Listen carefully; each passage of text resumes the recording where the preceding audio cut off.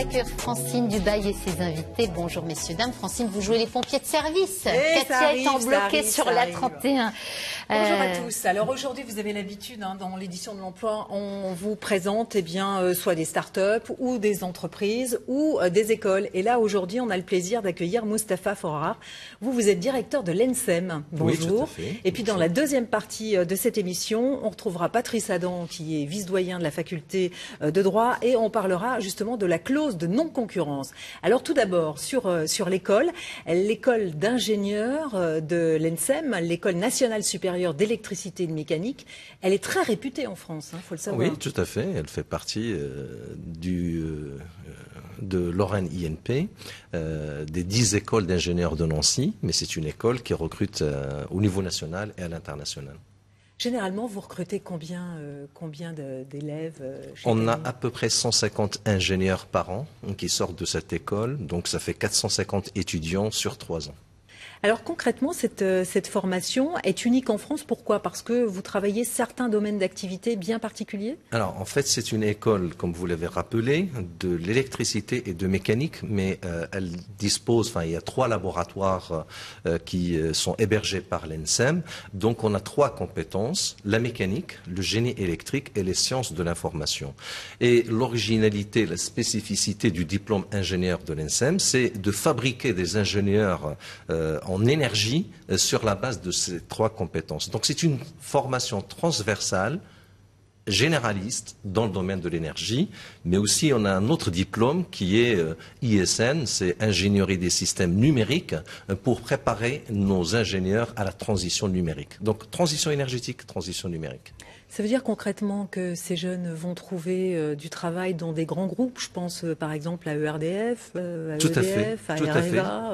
C'est nos principaux clients, c'est les grands groupes industriels dans le domaine de l'énergie. C'est vrai que au niveau des petites et moyennes entreprises, nous avons beaucoup moins d'étudiants qui s'orientent vers ce secteur. C'est pour cela que nous souhaitons développer l'accès à notre diplôme par la voie de l'apprentissage pour toucher des petites et moyennes entreprises et, j'espère, notamment en Lorraine.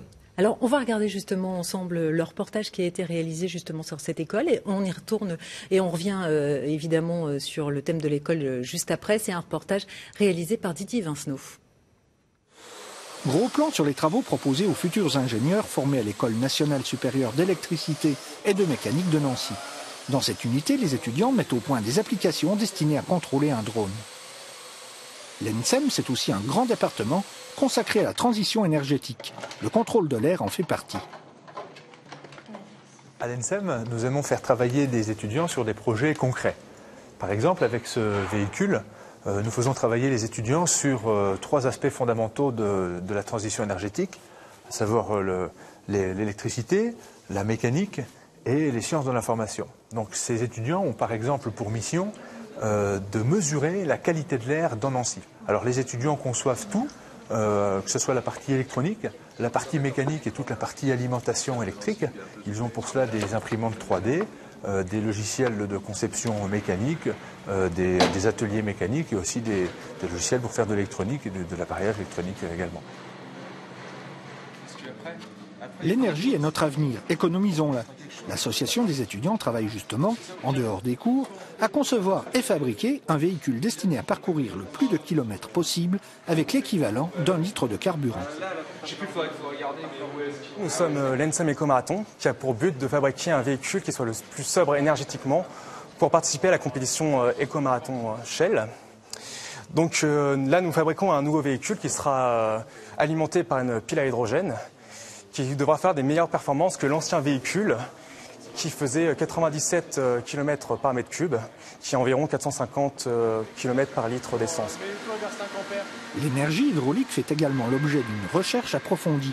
Dans cet atelier, un mini-barrage est reconstitué. On leur apprend à se servir des turbines, à la fois de l'aspect technique et aussi de l'aspect gestion de l'énergie. Donc principalement, on leur enseigne les bases de la mécanique des fluides pour connaître les rendements, les puissances générées par ces objets, qui sont donc les turbines, qu'on retrouve principalement en bas des barrages hydrauliques et qui servent à transformer donc l'énergie hydraulique située dans les barrages en énergie mécanique puis électrique. Les formations de haut niveau de l'ENSEM permettent en général un accès à l'emploi dans une moyenne de 2 mois après l'obtention du diplôme, tandis que 50% des stages débouchent sur un emploi. Donc alors des stages qui débouchent sur des emplois. On trouve facilement du travail quand on sort de l'ENSEM. C'est vrai qu'aujourd'hui, avec la crise économique, c'est de plus en plus compliqué, mais la durée de recherche d'emploi pour les étudiants ENSEM reste relativement courte. 50% de nos élèves trouvent du travail déjà lors de leur stage. Les 25 autres trouvent du travail entre 4 et 6 mois. Et puis, on a 25% en moyenne qui continuent leurs études, soit dans le cadre d'un master, ou par la suite pour faire une thèse de doctorat, soit un autre diplôme de management ou d'économie.